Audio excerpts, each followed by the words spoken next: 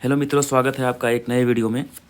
और मैं आपसे यही रिक्वेस्ट करूंगा कि आप एक नए वीडियो देखने से पहले जो पिछला हमने पढ़ाया है, जो सभी तीनों भाग पढ़ाया है हमने, उसका आप पहले लेक्चर देख लीजिए। इसके बाद ये वीडियो समझिए, तभी आपको अच्छी तरीके से विषय का समझ हो पाएगा। ठीक है, तो मैं कल जो मैंने पढ़ाया था आपको, तो मैं उसको रिवीजन थोड़ा कर दे रहा हूँ कि अपरिपक्व पराकोश का अनुप्रस्थ काट का नामांकित चित्र मैंने पढ़ाया था। ठीक है, कि क्या कैसे होता है, हर चीज़ हमने आपको नामांकित चित्र के माध्यम से बता दिए हैं। ये देखिए, आप जो मैं पढ़ाया था इसको जो है अनुप्रस्थ काट का जो है मैंने एक जो है भाग लिया था, उसमें देखिए मैंने नामांकित चित्र भी किया है। नामांकन के साथ आप नोट कर लिए होंगे, ये मुझे आशा है। इसके पश्चात आज मैं आपको पढ़ाऊँगा लघु बीजाणु जनन। ठीक है, मेरा टॉपिक आज क्या है? लघु बीजाणु जनन।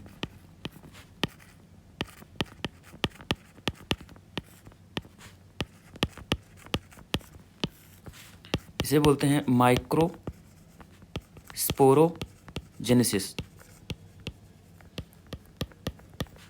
ठीक है, या फिर इसको बोलते हैं परागकण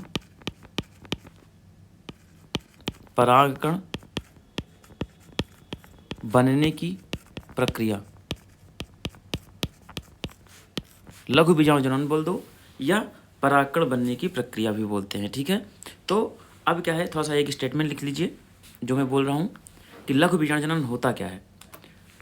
ठीक है, लघु बीजाणु जनन होता क्या है, इसमें लिखिए कि बीजाणु के बनने की प्रक्रिया को, यानी बीजाणु या परागकण बनने की प्रक्रिया को लघु बीजाणु जनन कहते हैं। लघु बीजाणु बनने या परागकण बनने की प्रक्रिया को लघु बीजाणु जनन कहते हैं। ठीक है, अब देखिए जो मैंने आपको बताया था वो आप थोड़ा सा रिकॉल करिए। इसको बनाना नहीं है, सिर्फ आपको रिकॉल करना है। ठीक है, तो देखिए मैं आपको बता दे रहा हूँ, ये पूरी संरचना क्या कहलाती है? पुंकेसर। ये क्या होता है? परागकोश। ठीक है, या एंथर कहलाता है ये।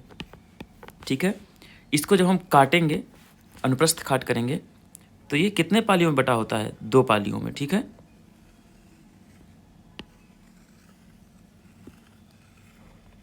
ठीक है, इतना चीज़ समझ में आया था। ठीक है, अब इसको काटेंगे तो ये कितने स्तर का बना होता है? 4 स्तर का। ठीक है, पहला क्या है? एपिडर्मिस यानी बाह्य स्तर। दूसरा क्या है? बाह्य स्तर के बाद एंडोथीसियम। तीसरा क्या है? मध्य स्तर यानी मिडिल लेयर। और चौथा टैपेटम होता है। ठीक है, टैपेटम पोषण प्रदान करता है और जो 3 लेयर होते हैं वो क्या करते हैं? परागकोश के स्फुटन में मदद करते हैं। ठीक है, ये चीज़ आपको इतना समझ में आ गया। अब देखिए अब मैं ये चीज़ आपको बनाना है, ये स्तर। ठीक है, जो मैं बना रहा हूँ उसको आपको बनाना है। अभी मैं इसको मिटाता हूँ।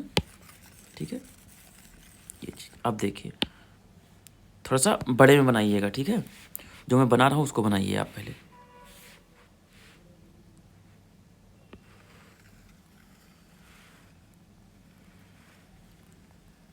इसी में पूरा परागकण जनन की जो है पूरा प्रक्रिया मैं समझा दूंगा। ठीक है,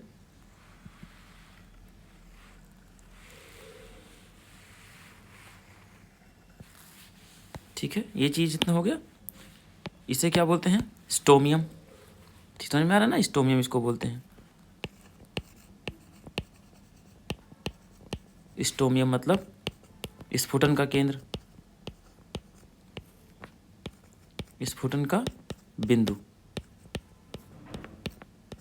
ठीक है, अब मैंने बताया था आपको कि बीच में कौन सी संरचना होती है? संयोजी होता है कि नहीं होता है? संयोजी ऊतक। ये संयोजी ऊतक है। ठीक है, संयोजी ऊतक है, स्टेराइल कोशिकाओं का बना होता है, जनन में भाग नहीं लेता है। ठीक है, अब मैंने क्या बताया था कि ये क्या होता है? चिपटी कोशिकाएं होती हैं।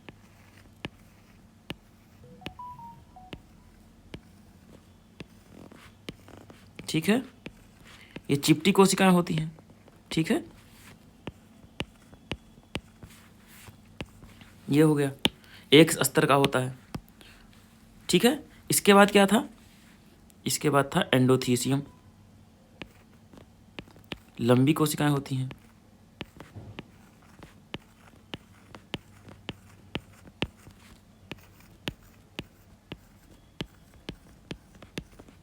ठीक है,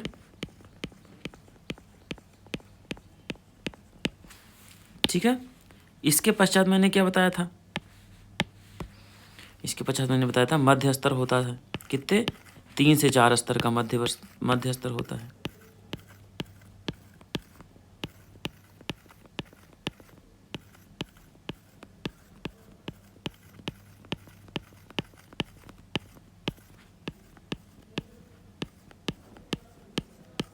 ठीक है। इसके बाद हमने बताया था कि ये क्या है,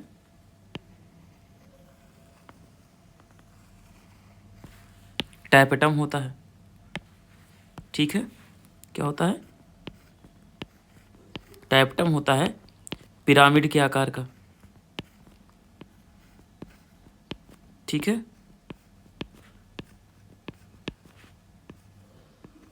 पिरामिड के आकार की कोशिकाओं का बना होता है टैपेटम।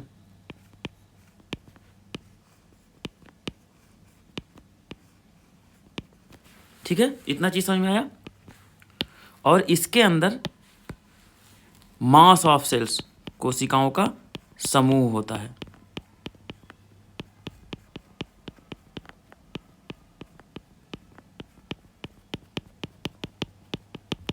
कोशिकाओं का समूह होता है। इसको हम क्या बोले थे प्रपशु कोशिकाएं या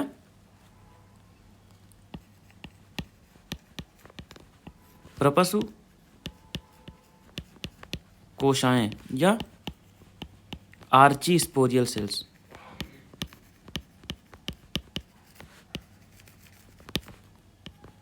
ठीक है, आर्ची स्पोरियल सेल्स होती हैं। ठीक है, अब देखिए यहां तक आपको समझ में आ गया, इतनी चीजें समझ में आ गया हो तो मैं आगे बढ़ता हूं। ठीक है, अब देखिए, अब आप यहां हेडिंग डालिए, इसको आप छोड़िए, उसके नीचे हेडिंग डालिए। इसके बाद क्या है कि अब देखिए यहाँ पे थोड़ा लिखिए आप, मैं आपको लिखा दिया, देख समझिए आप पहले। ठीक है, क्या होता है कि जो प्रपशु कोशिकाएं होती हैं, यानी प्रपशु कोशिकाएं या आर्ची स्पोरियल सेल होती हैं, वो क्या करती हैं, वो ये क्या है, ये पूरा ये मैंने आपको बताया था माइक्रोस्पोरेंजियम, यानी लघु बीजाणुधानी होता है। ये क्या है, लघु बीजाणुधानी, ये भी लिख लीजिएगा। ठीक है, लघु बीजाणुधानी, लघु बीजाणुधानी में कॉम्पैक्टली, मतलब क्या होता है, कॉम्पैक्ट का मतलब होता है सुसंगठित रूप से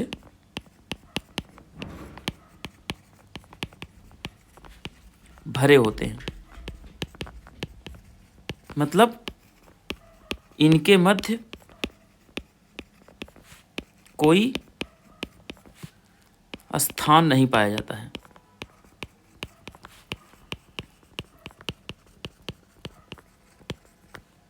ठीक है, यानी कि देखो कॉम्पैक्टली बिल्कुल अरेंज्ड है, इनके मध्य कोई स्थान नहीं पाया जाता है। ठीक है, ये ठीक है, इनके मध्य कोई स्थान नहीं पाया जाता है, कॉम्पैक्टली अरेंज्ड हैं। ठीक है,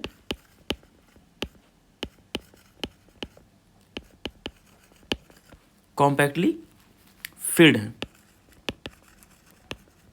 ठीक है, कॉम्पैक्टली फिल्ड होते हैं क्या, उन प्रपशु कोशिकाएं। आर्ची स्पोरियल सेल्स क्या होती हैं, कॉम्पैक्टली यानी संगठित रूप से आपस में जुटे होते हैं, भरे होते हैं। ठीक है, अब क्या है कि जैसे ही, अब स्टेप बाय स्टेप बनाइए हमारे साथ। ठीक है, धीरे धीरे क्या होता है कि पराग कोश जो होता है वो परिपक्व होने लगता है।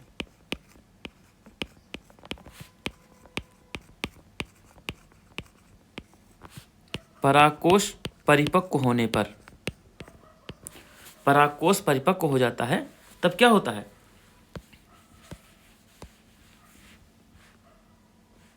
परागकोश परिपक्व होने पर, देखिए आराम से समझिए, ये लघु बीजाणुधानी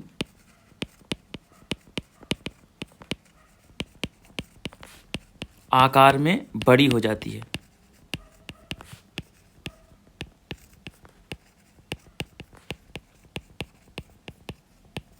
बड़ी हो जाती है, ठीक है।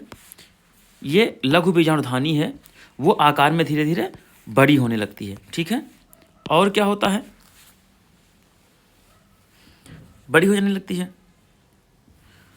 जो लघु बीजाणुधानी के जो अंदर की कोशिकाएं हैं, प्रपशु कोशिकाएं,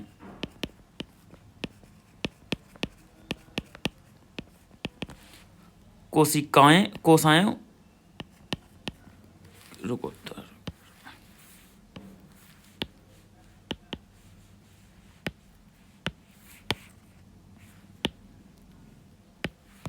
प्रपशु यानी आर्चिस्पोरियल कोशाओं के मध्य बड़े बड़े स्थान विकसित हो जाते हैं।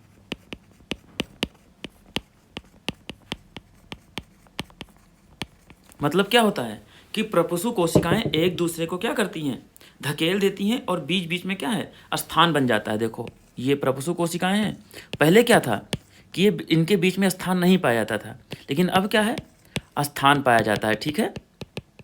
क्या होता है, ये आपस में क्या होती हैं, अलग हो जाती हैं प्रपशु कोशिकाएं, ठीक है। इससे क्या, जब आपस में अलग हो जाएंगी तो जाहिर सी बात है लघु बीजाणुधानी क्या कर देगी, बड़ी हो जाएगी। लघु बीजाणुधानी बड़ी होती है, यानी कि अंतर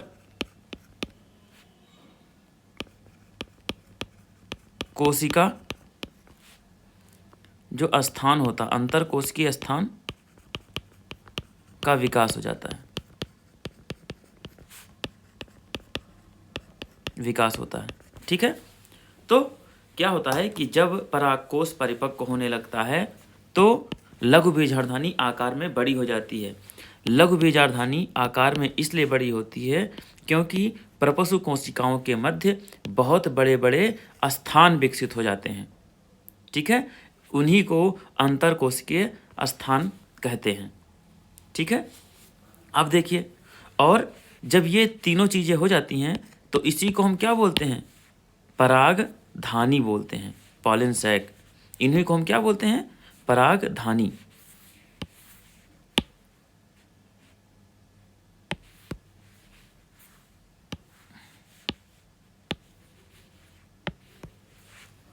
इन्हीं को हम क्या बोलते हैं, परागधानी, ठीक है। तो परागधानी क्या होती है, देख लो। परागधानी क्या होती है, लघु बीजाणुधानी से बनी होती है। मैंने कहा था ना, लघु बीजाणुधानी से ही क्या होती है, परागधानी बनती है। लघु बीजाणुधानी में क्या होते हैं, जो प्रपशु कोशिकाएं हैं वो, उनके मध्य क्या होता है, बहुत बड़े बड़े जो है क्या होते हैं, स्थान का विकास हो जाता है, ठीक है। बहुत बड़े बड़े स्थान का विकास हो जाता है, उन्हीं को हम क्या बोलते हैं, अंतर कोशिकीय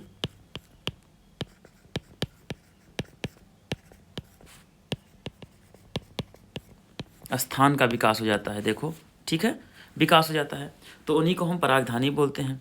और परागधानी में जो प्रपशु कोशिकाएं हैं, जो प्रपशु कोशिकाएं हैं, उनको हम क्या बोल देते हैं, मातृकोशिका। ये लघु बीजाणु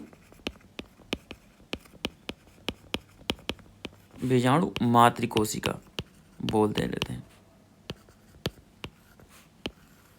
ठीक है। Microspore mother cell. तो अगर समझ में आया हो तो लिख लीजिए कि जब परागकोश परिपक्व होने लगता है तो लघु बीजाणुधानी आकार में बड़ी हो जाती है।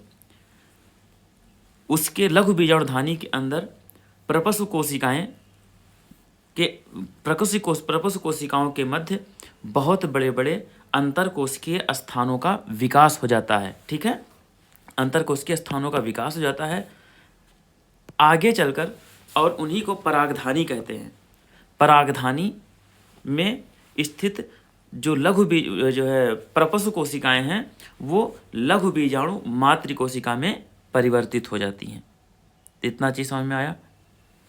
ठीक है, अब देखो हमने लघु बीजाणु मातृकोशिका पढ़ लिया कि लघु बीजाणु मातृकोशिका पढ़ लिया। अब देखो, अब इसके आगे का चित्र बनाइए। देखिए क्या है चित्र में। मैंने आपको बताया कि क्या होता है कि लघु बीजाणुधानी, ये लघु बीजाणुधानी क्या होती है? बड़ी हो जाती है।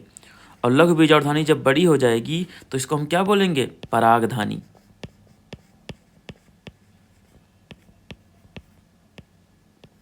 ठीक है, इसको बोलते हैं पॉलन सैक। और पॉलन सैक में क्या भरा होता है? माइक्रोस्पोर मदर सेल, मतलब लघु बीजाणु मातृ कोशिका। ठीक है, ये चीज़ समझ में आया? इसमें क्या भरा होगा? लघु बीजाणु मातृ कोशिका भरी होगी। ठीक है, बीच बीच में स्थान देखो डेवलप है कि नहीं है? इसको हम क्या बोल देंगे? यही जो प्रपसु कोशिकाएं हैं परागधानी में क्या बन जाएंगी? लघु बीजाणु मातृ कोशिका। ये क्या है? लघु बीजाणु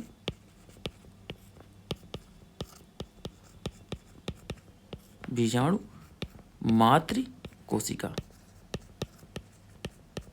अब सोच लो, हम चित्र के माध्यम से पूरा बता रहे हैं आपको लघु बीजाणु जनन जो है कैसे होता है, परागकण कैसे बनते हैं। ठीक है, लघु बीजाणु मातृ कोशिका हो गया। ठीक है, इसमें हेडिंग और भी डाल लो कि ऐसे भी पूछ सकता है। ठीक है, कि नर युग्मक नहीं, क्या बोलते हैं, नर युग्मकोद्भिद का विकास। नर युग्मकोद्भिद, छोड़ो अभी इसको रहने दो, छोड़ो अभी नहीं, अभी मैं इसको अगले चैप्टर में पढ़ाऊंगा, छोड़ो इसको। ठीक है, परागकण बनने की प्रक्रिया। ठीक है, इतना चीज़ समझ में आ गया कि लघु बीजाणुधानी आगे चल करके किस में बदल जाती है? परागधानी में बदल जाती है। और परागधानी में क्या पाए जाते हैं? लघु बीजाणु मातृ कोशिका। ठीक है, समझ में आ गया? लघु बीजाणुधानी परागधानी बदलती है, जबकि आर्चिस्पोरियल प्रपोस कोशिकाएं किस में बदल जाती हैं? लघु बीजाणु मातृ कोशिका में। ठीक है, तो देखो अब इंपॉर्टेंट, लघु बीजाणुधानी परिपक्व परागकोश में, हम पहले अपरिपक्व पढ़ रहे थे। ठीक है, अब जो है परिपक्व पढ़ रहे हैं।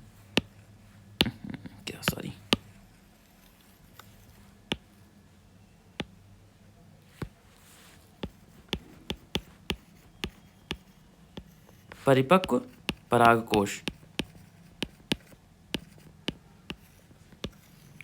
परिपक्व परागकोश में क्या होता है? देखो, परिपक्व परागकोश में जो है लघु बीजाणुधानी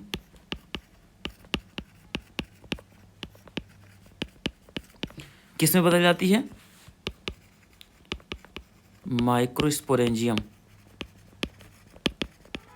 किस में बदल जाता है? लघु बीजाणुधानी परागधानी बदल जाता है। ठीक है, इसे पॉलन सैक बोलते हैं। ठीक है, और प्रपसु कोशिकाएं,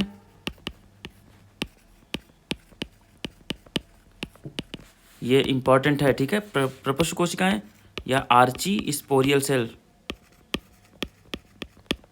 आर्की स्पोरियल सेल किस में बदल जाता है? लघु बीजाणु मातृ कोशिका में।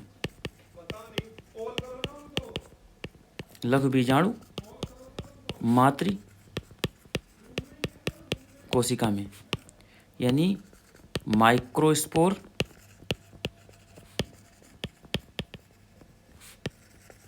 मदर सेल, इसी को हम बोलते हैं एमएमसी। ठीक है, इतना चीज़ समझ में आया? अब हम आगे बढ़ सकते हैं। ठीक है, आगे बढ़ रहे हैं। ठीक है, चलो अब ग्राफ बनाओ। अब अगला ग्राफ है ग्राफ 2। अब देखो, अब हम बता रहे हैं आपको, ठीक है, कि अब ये जो एमएमसी है, रुको, यानी एमएमसी मैं कह रहा हूँ, ठीक है, लघु बीजाणु मातृ कोशिका को क्या होता है कि जरूरी नहीं है कि परागधानी में, ये परागधानी है, ठीक है, मैं आपको बता दूं, इसमें क्या एमएमसी भरे होते हैं, ठीक है, यानी लघु बीजाणु मातृ कोशिका भरे होते हैं, एमएमसी भरे होते हैं। अब ये जरूरी नहीं है कि सभी मातृ कोशिका परागकण को जन्म दें। सभी एमएमसी जो है हमें परागकण पढ़ना है ना, कि परागकण कैसे निर्माण होता है, यानी लघु बीजाणु का जनन कैसे होता है, ये आपको पढ़ना है, मुझे पढ़ाना है आपको। तो जरूरी नहीं है कि सभी एमएमसी जो है वो परागकण का निर्माण करें। कुछ एमएमसी क्या होती हैं, निष्क्रिय हो जाती हैं। क्या हो जाती हैं? निष्क्रिय हो जाती हैं और वो टूट जाती हैं, ठीक है। और कुछ जो है वो एक्टिव होती हैं, सक्रिय रहती हैं, ठीक है। कुछ क्या होती हैं? सक्रिय रहती हैं, ठीक है। और टूट जाती हैं तो क्या बनाती हैं? पोषण में सहायता करती हैं। किसके? जो विकसित हो रहे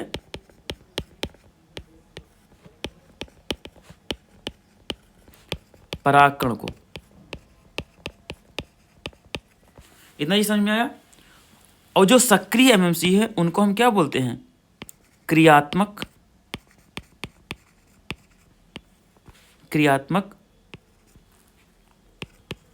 लघु बीजाणु मातृ कोशिका।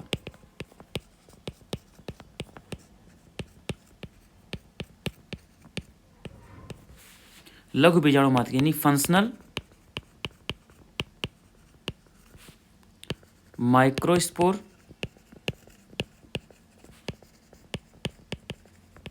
मदर सेल, ठीक है। इतना ही समझ में आया कि जरूरी नहीं है कि सभी लघु बीजाणु मातृ कोशिका परागकण में बदल सकें। इसलिए कुछ जो मातृ कोशिका होती हैं वो निष्क्रिय हो जाती हैं और वो टूट जाती हैं। और निष्क्रिय होकर के जो टूट जाती हैं वो क्या करती हैं? वो स्वयं क्या करती हैं? वो पोषण प्रदान करती हैं किसको? परागकण जो विकसित हो रहे हैं उनको, ठीक है। इतना चीज समझ में आया? कैसे पोषण प्रदान करती हैं? जब वो टूट करके नष्ट हो जाएंगी तो उनके अंदर जो जीव द्रव्य होता है, उनके अंदर जो केंद्रक होता है, वो क्या है? एक प्रकार का पोषण प्रदान करता है। तो वही क्या करती हैं? जो एक्टिव होती हैं एमएमसी, वो इनका क्या करती हैं? पोषण ले लेती हैं, उनको खा लेती हैं। तो करती स्वयं में ये क्या करती हैं? उपयोग में ले आती हैं अपने आप को। और जो सक्रिय होती हैं एमएमसी, जो सक्रिय एमएमसी होती हैं, लघु बीजाणु मातृ कोशिका होती है, उन्हें हम क्या बोल देते हैं? क्रियात्मक लघु बीजाणु मातृ कोशिका, मतलब फंक्शनल माइक्रोस्पोर मदर सेल। और यही आगे चल करके क्या बनाती हैं? परागकण बनाती हैं। क्या बनाती हैं? परागकण बनाती हैं। यही आगे चल करके क्या बनाती हैं? परागकण, जिसे बोलते हैं हम क्या है? लघु बीजाणु, ठीक है। इतना चीज समझ में आया? अब चलिए आगे ग्राफ 3 देखिए। थोड़ा सा राइटिंग हमारी सही नहीं है तो थोड़ा सा आप लोग हमारे साथ लिखते रहिए, मैं जो बोल रहा हूँ उसको लिखते रहिए, ठीक है। अब देखिए, अब ये चीज़ हम पा गए, फंक्शनल माइक्रोस्पोर मदर सेल। आपको पता है कि फंक्शनल माइक्रोस्पोर मदर सेल से ही क्या होगा? परागकण का निर्माण होगा, लघु बीजाणु का निर्माण होगा, ठीक है। अब देखिए माइक्रोस्पोर मदर सेल, अब यहाँ से स्टार्ट होता है आपका लघु बीजाणु जनन। Microspore mother cell, functional microspore mother cell, functional है ना,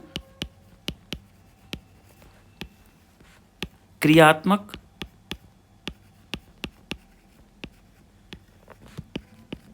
लघु बीजाणु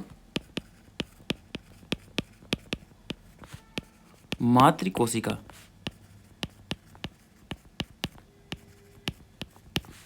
ठीक है। इतना चीज समझ में आया? नहीं समझ में आया होगा तो आप कमेंट करिए और मुझे बताइए, ठीक है। लाइक सब्सक्राइब जरूर कर दीजिए, ठीक है। अब देखिए क्या होता है कि जो लघु बीजाणु मातृ कोशिका होती है, देखिए अब आराम से देखिए, सब धीरे धीरे समझिए। ये लघु बीजाणु मातृ कोशिका है, कहाँ होती है पता है आपको? परागधानी में होती है, यानी पॉलन सैक में होती है। किससे बनती है? फंक्शनल माइक्रोस्पोर मदर सेल किससे बनता है? वो प्रपोष कोशिकाएं, आर्चिस्पोरियल सेल जब एक दूसरे से अलग हो जाते हैं तो वो क्या बनाते हैं? फंक्शनल माइक्रोस्पोर मदर सेल, यानी क्रियात्मक लघु बीजाणु मातृ कोशिका, ठीक है। ये कहाँ रहता है? परागकोश में रहता है। परागकोश कहाँ रहता है? पुंकेसर का भाग होता है, और पुंकेसर आपस में मिल करके क्या बनाता है? एंड्रोसियम, यानी एंड्रोसियम मतलब क्या होता है? पुमुंग बनाता है, ठीक है। तो ये चीज़ इतना समझ में आ रहा है आपको? इतना चीज समझ में आ गया। अब फंक्शनल माइक्रोस्पोर मदर सेल यानी क्रियात्मक लघु बीजाणु मातृ कोशिका क्या होती है? ये 2n होती है। मैंने आपको 2n बताया था ना कि 2 सेट्स, गुणसूत्र के 2 सेट्स पाए जाते हैं। 2n मतलब होता है, और n 2n मतलब 2 सेट, किसके? गुणसूत्र के, और n मतलब 1 सेट, किसके? गुणसूत्र के। यानी अब कोई पूछे कि फंक्शनल माइक्रोस्पोर मदर सेल यानी क्रियात्मक लघु बीजाणु मातृ कोशिका में कितने सेट्स के गुणसूत्र पाए जाते हैं? 2 सेट गुणसूत्र पाए जाते हैं, ठीक है। अब देखिए अगला स्टेप देखिए, ये फिगर बहुत ही इंपॉर्टेंट है, बनाते चलिएगा, ठीक है। अब देखिए, अब ये जो क्रियात्मक लघु बीजाणु मातृ कोशिका है, इसमें क्या होता है? एक अर्धसूत्री विभाजन होता है, एक, सिर्फ एक होता है। पूछ ले कि फंक्शनल माइक्रोस्पोर मदर सेल या क्रियात्मक लघु बीजाणु मातृ कोशिका में कितने डिवीजन होते हैं? एक डिवीजन होता है, वो भी कौन सा? अर्धसूत्री, एक अर्धसूत्री विभाजन, एक अर्धसूत्री विभाजन, ठीक है। एक अर्धसूत्री विभाजन होता है, और जब एक, आपको पता है कि एक कोशिका जब डिवाइड करती है अर्धसूत्री विभाजन से तो 4 मातृ कोशिकाओं, 4 जो है कोशिकाओं का निर्माण होता है। इतना चीज समझ में आ रहा है कि नहीं? तो एक अर्धसूत्री विभाजन से कितना है? 4, यानी चतुष्क। 4 मतलब क्या होता है? चतुष्क, ठीक है। तो क्या होता है? लघु बीजाणु क्या बनाता है? लघु बीजाणु चतुष्क बनाता है, चतुष्क, लघु बीजाणु चतुष्क बनाता है, यानी कि 4 अगुणित, 4 अगुणित, ये क्या था? द्विगुणित था, यानी द्वि मतलब 2, 2 गुणित, गुणित मतलब गुणसूत्र, ठीक है। यानी 2 सूत्र, 2 सेट गुणसूत्र के पाए जाते थे, लेकिन यहाँ पे 4 अगुणित है, यानी 4 चतुष्क मतलब 4 कोशिकाओं का, 1 2 3 4, 4 कोशिकाओं का निर्माण होता है, जो सभी क्या हैं? n हैं, यानी अगुणित हैं, यानी 4 अगुणित कोशिकाओं का निर्माण होता है। और अगुणित का मतलब होता है जिस कोशिका में 1 सेट गुणसूत्र पाया जाता हो उसे हम अगुणित बोलते हैं। इतना चीज समझ में आया? क्रियात्मक लघु बीजाणु मातृ कोशिका में एक अर्धसूत्री विभाजन होता है, और एक अर्धसूत्री विभाजन से 4 अगुणित कोशिकाओं का निर्माण होता है, जिसे हम लघु बीजाणु चतुष्क कहते हैं, ठीक है। समझ में आया? अब देखिए, इतना चीज समझ में आया, ठीक है। 4 क्या होते हैं? माइक्रोस्पोर यानी लघु बीजाणु बनते हैं, 4 लघु बीजाणु बनते हैं। लेकिन अब देखो क्या है, मैं एक कोशिका की बात कर रहा हूं। अब देखो ये क्या होता है कि जो 4 जो अगुणित कोशिकाएं हैं, 4 अगुणित जो कोशिकाएं हैं, वह अलग अलग जो है अरेंज होती हैं, व्यवस्थित अलग अलग तरीके से होती हैं, ठीक है। डिवीजन उनका इस प्रकार से होता है, विभाजन के आधार पर,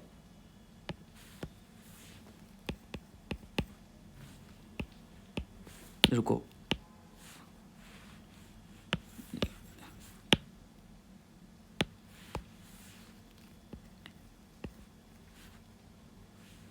लघु बीजाणु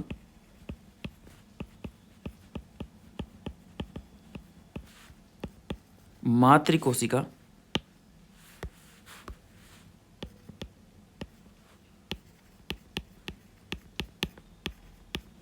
कोशिका के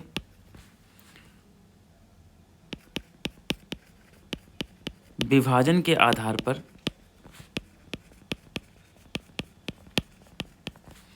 पर लघु बीजाणु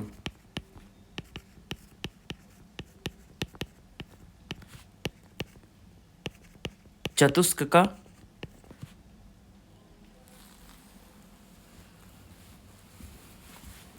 लघु बीजाणु चतुष्क की व्यवस्था, ये हेडिंग डालिए आप। ठीक है, बीजाणु जनन हो गया। बीजाणु जनन का मतलब हो गया कि परागकण का बनना। तो परागकण हमारे पास एक द्विगुणित कोशिका से कितने मिले? 4 परागकण मिले। ठीक है, समझ में आ गया? क्या मिले? 4 अगुणित परागकण मिले, यानी लघु बीजाणु चतुष्क मिले। समझ में आया इतना चीज? लघु बीजाणु चतुष्क एक ही होता है, लेकिन उसमें 4 परागकण होते हैं। ठीक है, अब देखिए 4 अगुणित कोशिकाएं मिली। अब ये क्या होता है, इनका विभाजन अलग अलग प्रकार से होता है, इसलिए ये अलग अलग व्यवस्थित होते हैं। तो पहले किसमें व्यवस्थित होंगे? ये देखो, लघु बीजाणु मातृ कोशिका यानी एमएमसी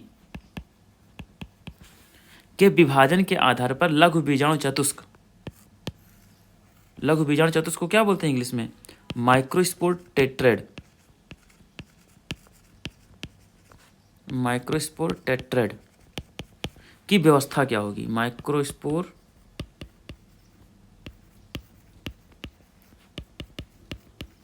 टेट्रेड, लघु बीजाणु, इसको इंग्लिश में कहते हैं माइक्रोस्पोर टेट्रेड होता है।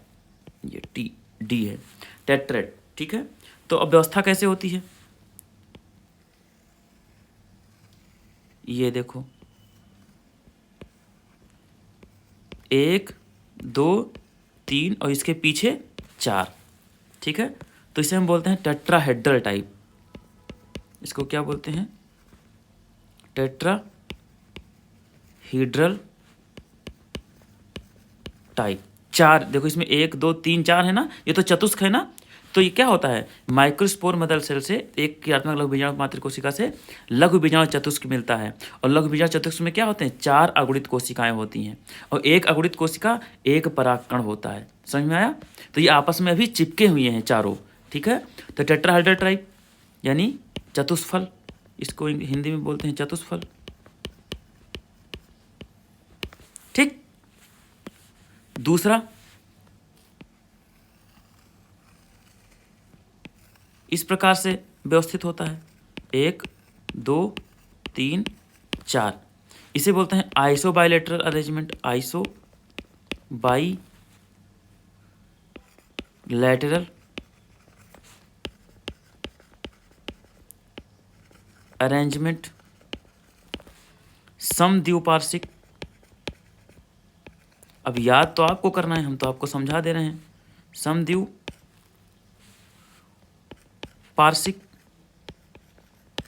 ठीक है, समद्विपार्श्विक। तीसरा,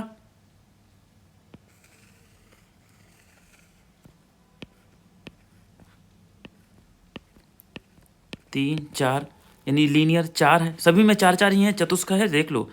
लीनियर यानी रेखीय।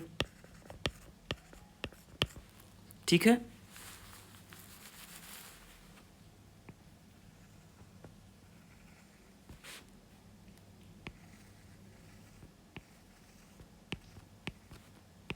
ये एफ शेप्ड। देखो एफ के आकार का ही नहीं, एक ये देखो ऐसे ऐसे ऐसे। ठीक है, तो एफ शेप्ड का हो गया।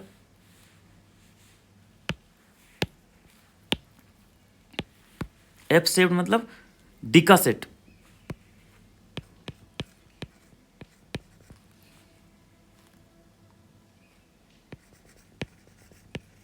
डिका सेट मतलब क्रोसित, क्रोसित।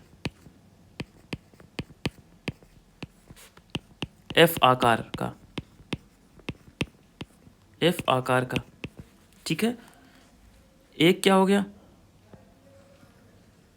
1 2 3 4। ये टी शेप का हो गया। रुको फिर से साफ बनाते हैं।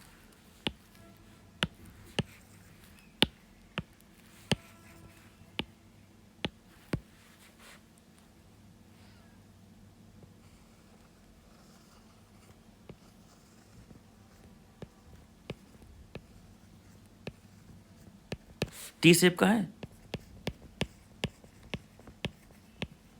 टी शेप यानी टी आकार का। इतना चीज समझ में आया कि लघु बीजाणु मातृ कोशिका किस प्रकार से विभाजन करती है, उसके आधार पर जो है अलग अलग लघु बीजाणु चतुष्क का निर्माण होता है। ठीक है, तो लघु बीजाणु चतुष्क कितने प्रकार के होते हैं? 1, 2, 3, 4 और 5। 5 प्रकार के माइक्रोस्पोर्टेटेड यानी लघु बीजाणु चतुष्क बनते हैं। और ये पांचों लघु बीजाणु चतुष्क जो है अलग अलग प्रजातियों में, अलग अलग पौधों में पाए जाते हैं। लेकिन एक ऐसा प्लांट है जिसमें सभी चतुष्क पाए जाते हैं, वो कौन है? वो है, इंपॉर्टेंट लिख लो, अरिस्टोलॉकिया, ARISTO, अरिस्टोलॉकिया, LOCHI, अरिस्टोलॉकिया एलिगेंस। एलिगेंस में सभी प्रकार, देखो जब नाम लिखो तो अंडरलाइन जरूर कर दो। ठीक है, अरिस्टोलॉकिया एलिगेंस में क्या होते हैं? सभी पांचों प्रकार के लघु बीजाणु चतुष्क पाए जाते हैं।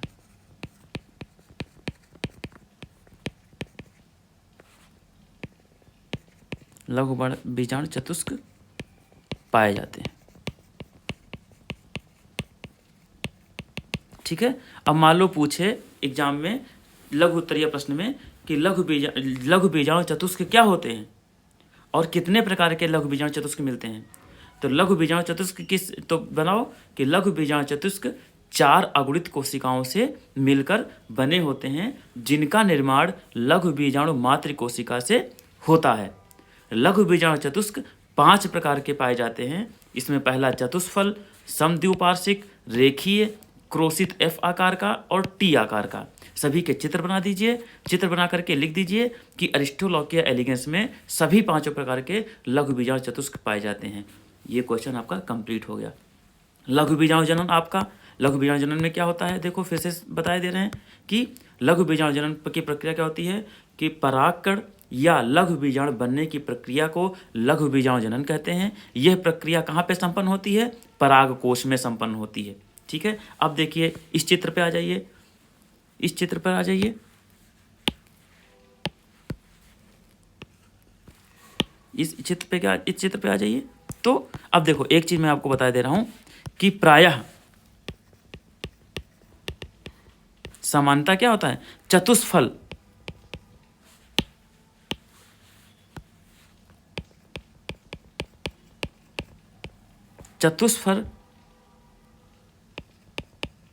लघु बीजाणु चतुष्क लघु बीजाणु चतुष्क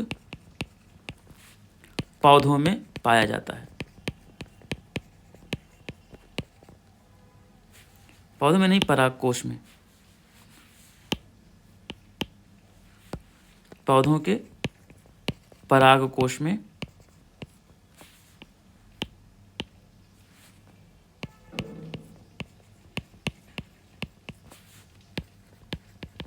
पाया, सामान्यतः परागकोश में पाया जाता है। चतुष्फल मतलब हो गया टेट्राहेड्रल टाइप। लघु बीजाणु चतुष्क मतलब हो गया क्या? लघु बीजाणु चतुष्क 4 माइक्रोस्पोर टेट्रेड, मतलब चतुष्फल जो है लघु बीजाणु चतुष्क पौधे के परागकोश में पाया जाता है। प्रायः चतुष्फल ही सबसे ज़्यादा इंपॉर्टेंट है, जो सभी लघु बीजाणु चतुष्क के पौधों के परागकोश में पाया जाता है। ठीक है, इतना चीज समझ में आ गया। चतुष्फल, अब देखो इसलिए चतुष्फल जब पाया जाता है तो हम लोग चतुष्फल ही यहाँ पे आकार में बनाएंगे। इसके बाद क्या बनेगा?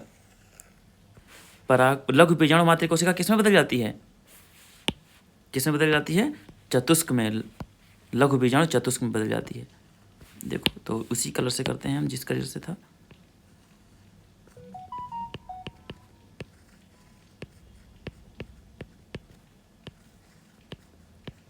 ठीक है, तो यहाँ पे लघु बीजाणु चतुष्क बना दो।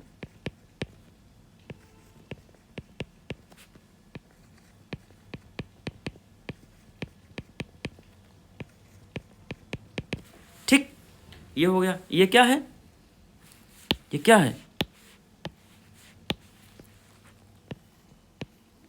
लघु बीजाणु चतुष्क।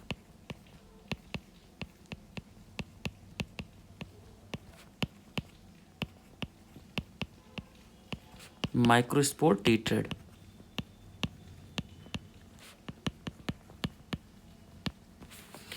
ठीक है, इतना चीज समझ में आया। तो चित्र नीचे लिख दो, चित्र लघु बीजाणु जनन की प्रक्रिया। ये जरूर नीचे चित्र के नीचे बना दीजिएगा, ठीक है। लघु बीजाणु जनन,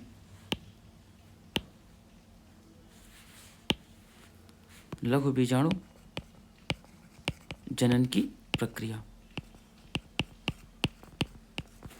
ठीक है, इतना चीज समझ में आया चित्र के माध्यम से। अब एक टॉपिक देखिए, आप इंपॉर्टेंट चीज देव नोट करिए। देखिए क्या है कि मैंने आपको बताया ना कि ये पराग कोश है। मैं थोड़ा रिवीजन करा दे रहा हूँ आपका। ये क्या है, परागधानी है, परागधानी नहीं है, लघु बीजाणुधानी है।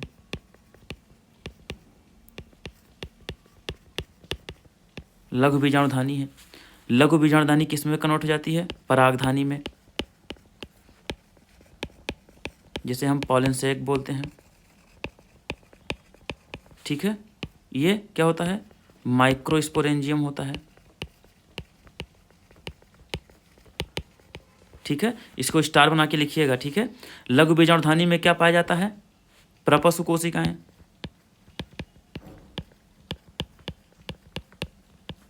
ठीक है, क्या होती हैं, आर्ची स्पोरियल सेल।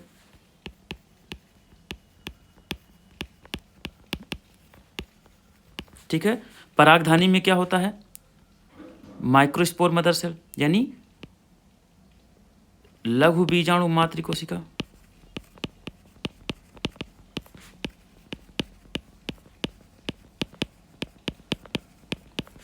यानी माइक्रोस्पोर मदर सेल। ये सब बना दीजिएगा वहां पे। ठीक है, अब परागधानी क्या करती है, अब ये लघु बीजाणु मातृकोशिका परागधानी परागधानी ही रहती है। ठीक है, लेकिन लघु बीजाणु मातृकोशिका किस में बदल जाती है, लघु बीजाणु चतुष्क में बदल जाती है। ओ सॉरी, लघु बीजाणु चतुष्क। और कितने प्रकार के चतुष्क होते हैं, 5 प्रकार के लघु बीजाणु चतुष्क। माइक्रोस्पोर, टेट्रेड में बदल जाती है। और यही आपका माइक्रोस्पोर टेट्रेड क्या होता है, 5 चतुष्क में क्या होते हैं, 4 अगुणित कोशिकाएं होती हैं। ठीक है, 4 अगुणित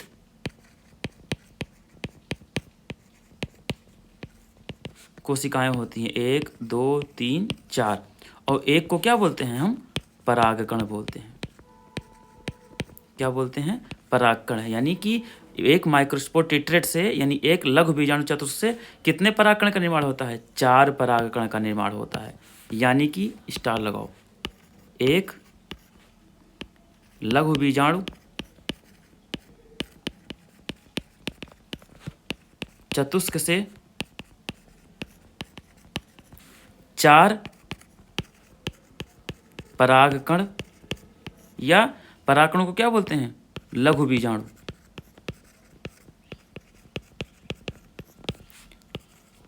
का निर्माण होता है। ठीक है, समझ में आ गया इतना चीज, ये होता है। इतना चीज समझ में आ गया, इतना चीज समझ में आ गया हो तो हम आगे बढ़ें। ठीक है, तो अब देखो, एक लघु बीजाणु चतुष्क से 4 परागकण का निर्माण होता है, यानी 4 लघु बीजाणु का निर्माण होता है। अब अगर कोई क्वेश्चन पूछे, ठीक है, कि हमें 100 लघु बीजाणु या 100 परागकण की जरूरत होगी, ठीक है, तो 100 परागकण ये 100 है ना, ठीक है 100 है, थोड़ा सॉरी। अगर कोई पूछे कि हमें 100 लघु बीजाणु यानी लघु परागकण बनाने के लिए या निर्माण करने के लिए हमें कितने लघु बीजाणु मातृ कोशिका की आवश्यकता होगी, तो आप कैसे बताएंगे? 1 MMC से 4 परागकण का निर्माण होता है, तो 100 परागकण 100 तो 100/4 मतलब 25 MMC की हमें जरूरत होगी। ठीक है, इतना चीज समझ में आ गया? फिर से समझ लो, एक बार फिर से समझ लो। आपको पता है कि 1 MMC पता ही है, लघु बीजाणु मातृ कोशिका से 4 परागकण का निर्माण होता है। ठीक है, तो 25 MMC से 25 × 4 = 100। सॉरी, 100 को 1000 लिख देते हैं। 100 यानी कि हमें 25 MMC की जरूरत पड़ेगी 100 परागकण के निर्माण के लिए। ये क्वेश्चन समझ में आ गया? बस ऐसे ही देखना, विद्या में लिखा हुआ पढ़िएगा। ठीक है, चलो ये आपको समझ में आ गया होगा, मैं आशा करता हूँ। अब देखिए,